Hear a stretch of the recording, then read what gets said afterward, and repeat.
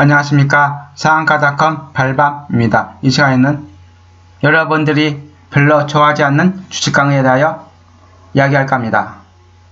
오늘 강의 주제는 여러분들이 기업보고서를 보실 때, 실적보고를 보실 때 분기 실적, 연말 실적이 있습니다. 그것을 어떤 것을 적용하여 비교해야 하는가를 설명드릴까 합니다. 보통 우리나라 상장된 회사 코스피 코스닥 통틀어서 90% 이상이 12월 결산법인입니다. 12월 결산법이란 말은 무슨 말이냐? 매년 1월 1일부터 12월까지 장사를 하여 그 더하기 빼기 하여 수익이 있나 없냐를 판가름하는 것입니다. 그래서 그 1년 동안의 수익과 손실에 대한 결산을 공인회계사를 통하여, 회계법인을 통하여 2월 말까지 보통 감사보고서를 제출합니다. 그렇게 하여 실적이 나옵니다. 보통 1분기, 2분기, 3분기, 4분기가 있습니다. 1분기는 매년 1월 1일부터 3월 말까지, 이 3개월 동안의 실적을 5월 15일까지 공시를 해야 됩니다. 실적 공시를, 3개월 동안 실적 공시. 그리고 4월부터 6월까지 그 3개월 동안 실적을 8월 15일까지 해야 합니다. 그 다음에 7월부터 9월까지의 3개월 동안 실적을 11월 15일까지 해야 합니다. 그리고 10월부터 12월까지의 3개월 동안의 실적과 1년 동안의 총 실적을 2월 15일까지 해야 합니다. 그리고 또 지주회사 같은 경우는 2월 말까지 실적을 공시해야 합니다. 자, 실적 비교를 하실 때 여러분들이 매출액이 얼마나 늘었나 줄었나, 영업이익이 얼마나 증가했나 감소했나, 당기순이익이 얼마나 증가했나 감소했나, 그거 보실 때 어떻게 보시냐면 설명을 드리겠습니다. 지금 올해가 2019년입니다. 2019년 3월 달, 즉 1분기의 실적이 공시되어 있는 상황입니다. 실적 비교를 하실 때 2019년 3월 달, 즉 2019년 1분기의 실적 비교를 하실 때 2018년 12월 달의 실적 비교를 하신 것이 아니라 이 2019년 1분기의 1년 전인 2018년 3월 달의 실적을 비교를 하셔야 합니다. 왜냐하면 기업 특성상 이렇게 꾸준하게 매달마다 영업 실적이, 매출액이 증가하는 것이 아니라 어떤 특정한 회사 같은 경우는 매출액이 12월에 몰릴 수도 있고, 아니면 3월 달에 몰릴 수도 있고, 아니면 6월 달에 몰릴 수도 있고, 아니면 9월 달에 몰릴 수도 있습니다. 그렇기 때문에 이제 2019년 1분기의 실적을 비교할 때 2018년 4분기 실적을 비교하는 것이 아니라 2019년 1분기의 1년 전인 2018년 3분기의 실적과 비교해야 정확한 실적이 비교가 가능한 것입니다. 제 말이 무슨 뜻인지 아시겠습니까? 즉, 회사마다 개별적인 특성으로 인하여, 즉 업종 특성상 어떤 회사는 봄에 매출액이 몽땅 증가하고 가을, 겨울에는 그냥 숟가락만 빨고 있는 것, 그 상태일 수도 있고, 반대로 어떤 회사는 봄에 손가락만 빨고 있다가 겨울이 돼야만 먹고 살 수 있는, 쌀을 얻을 수 있는 그 타임일 수도 있습니다. 그렇기 때문에 실적 비교를 했을 때 2019년 1분기의 경우 2018년 12월 달치 2018년 4분기의 실적을 비교하는 것이 아니라 2019년 1분기의 1년 전인 2018년 3월 달의 실적을 비교해야 된다는 것입니다. 그렇기 때문에 알파홀딩스의 경우에 2018년 1분기의 실적이 매출액이 217억 나왔습니다. 2019년 1분기의 매출액이 138억 나왔습니다. 즉 2019년 1분기의 실적은 2018년 1분기보다 무려 절반이 박살났습니다. 기간 재무제표가 무슨 말이냐 하면 보통 홀딩스는 주주회사라고 했습니다. 조그마한 주주회사라도 홀딩스가 붙어있으면 주주회사라고 보면 됩니다. 즉 주주회사는 뭐냐? 본래의 영업 외에 자회사나 손자회사를 통하여 또 다른 영업을 같이 할 때 그것을 주주회사라고 합니다. 그렇기 때문에 이 알파홀딩스도 작은 의미의 주주회사입니다. 그렇기 때문에 기간 재무제표는 자기 원래 알파홀딩스 본래의 본래의 회사에 대한 실적을 의미한 것이고, 연간 재무제표는 뭐냐? 그 외에 자회사나 손자회사에 대한 실적까지 합산된 것을 의미합니다.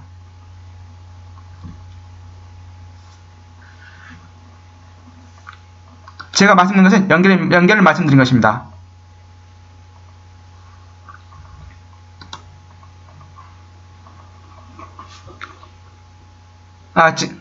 잠깐 혼동이 있겠네요. 잠깐 다시 정정하겠습니다. 제가 말을 잘못한 것 같네요. 기간 재무제표는 매 분기별 실적을 비교한 것이고, 연간 재무제표는 1년치 실적을 토탈하는 것입니다. 즉 연간 재무제표는 매년 1월 1일부터 12월 말까지의 실적을 말씀드린 것이고, 기간 재무제표는 3개월 동안 실적식을 이걸 한 것입니다. 그리고 제가 이거 설명 안 드렸습니다. 즉 보통 홀딩스가 붙어있는 것은 소규모 주주회사라고 했습니다. 이 연결 실적을 봤을 때 이것이 현재 이 실적은 전체 자회사나 손자회사까지 다 포함된 것입니다. 그리고 개별로 보면 이 알파홀딩스 자회사나 손자회사를 제외한 알파홀딩스 본래의 회사에 대한 실적을 의미하는 것입니다. 그리고 실적 비교를 하실 때 보통 연결로 봅니다. 연결로. 왜냐? 개별로 보면은 개별 회사가 아무리 수익이 났다 하더라도 즉 자회사나 손자회사가 있는 연결이 적자가 나면 토탈로는 적자가 나올 수 있기 때문에 그렇습니다. 그리고 호스탁 업체의 경우에 관리 종목의 대상이 포함되냐 안 되냐는 개별 실적으로 봅니다. 주주회사가 아닌 이상은 개별 실적으로 봅니다. 개별 실적으로. 그렇기 때문에 개별 실적을 봤을 때 연간 재무제표에 알파홀딩스가 작년에 적자가 아니었습니다. 연결을 보면 적자가 나올 겁니다. 연결을 보면 적자지 않습니까? 적자죠. 즉 관리 종목에 포함되냐 안 되냐 그것을 판단할 때는 개별로만 봅니다. 주주회사가 아닌 이상은. 그리고 토탈 기업 실적을 볼 때는 연결로 보셔야 합니다. 연결로. 즉 최종 정리하겠습니다. 즉 일반 회사 실적을 보실 때 모든 실적은 연결로 보셔야 됩니다. 연결로 보시고, 연결이라는 것은 자회사나 손자회사까지 포함된 실적을 의미합니다. 그리고 실적 비교를 할 때 올해 1분기 실적 2019년 3월달치 매출액이나 영업이익을 보실 때 2018년도 4분기치를 보신 것이 아니라 2018년도 3분기치를 보시는 것이 아니라 2018년도 1분기치를 봐야 된다는 것입니다. 이해되십니까? 기간 재무제표는 말 그대로 분기, 학기 하나하나의 3개월 동안의 실적을 나눠놓은 것이고, 연간 재무제표는 매년 1월 1일부터 12월 말까지 1년치의 실적을 보기 좋게 하는 것입니다. 그리고 알파홀딩스 같이 이렇게 실적이 들쭉날쭉한 종목들도 있고, 이것은 넷마블 실적 한번 보겠습니다. 넷마블은 실적이 1, 2, 3, 4분기가 다 거의 동일합니다. 큰 차이가 없습니다. 계속 증가는 하겠죠. 매출액 같은 것은. 계속 성장하는 회사이기 때문에. 이런 규모가 큰 회사들은 1분기, 2분기, 3분기, 4분기 계절적 특성이, 매출액 특성이 차이가 크지 않습니다. 그러나 아까 같이 알파홀딩스 같은 이런 쪼무레기 회사들은 분기별 실적 차이가 큽니다. 그렇기 때문에 전체적인 토탈로 보셔야 됩니다. 그리고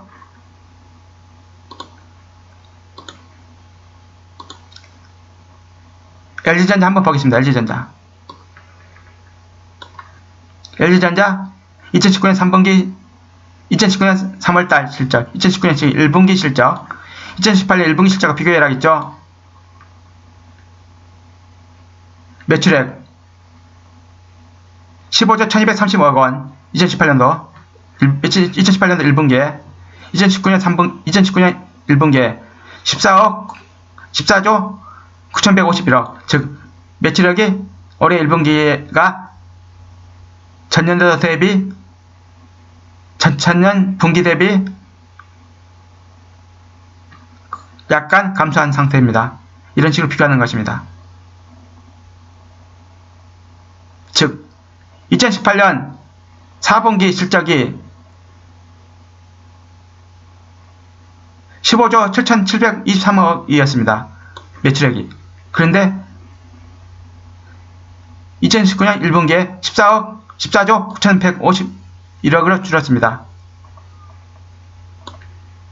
15조가 14조 9천억으로 줄었던 것이 이렇게 비교하는 것이 아니라 1년 전의 1분기를 보시라는 것입니다. 이해되십니까? 모든 실적은 이렇게 다 봅니다. 즉, 직전 분기를 보는 것이 아니라 전년도 그 해당 분기를 보는 것입니다. 이유는 중소형주 같은 경우 실적이 봄이나 겨울이나 여름이나 회사 종목, 회사 사업 특성상 실적이 한 곳에 몰릴 때가 있기 때문에 그렇습니다. 이상으로 실적 비교를 어떻게 해야 하는가에 대하여 주식 강의를 해드렸습니다. 저 영상이 마음에 드시면 오른쪽 동그라미 거위빵 클릭하시고 구독 신청과 좋아요 부탁드리겠습니다. 감사합니다.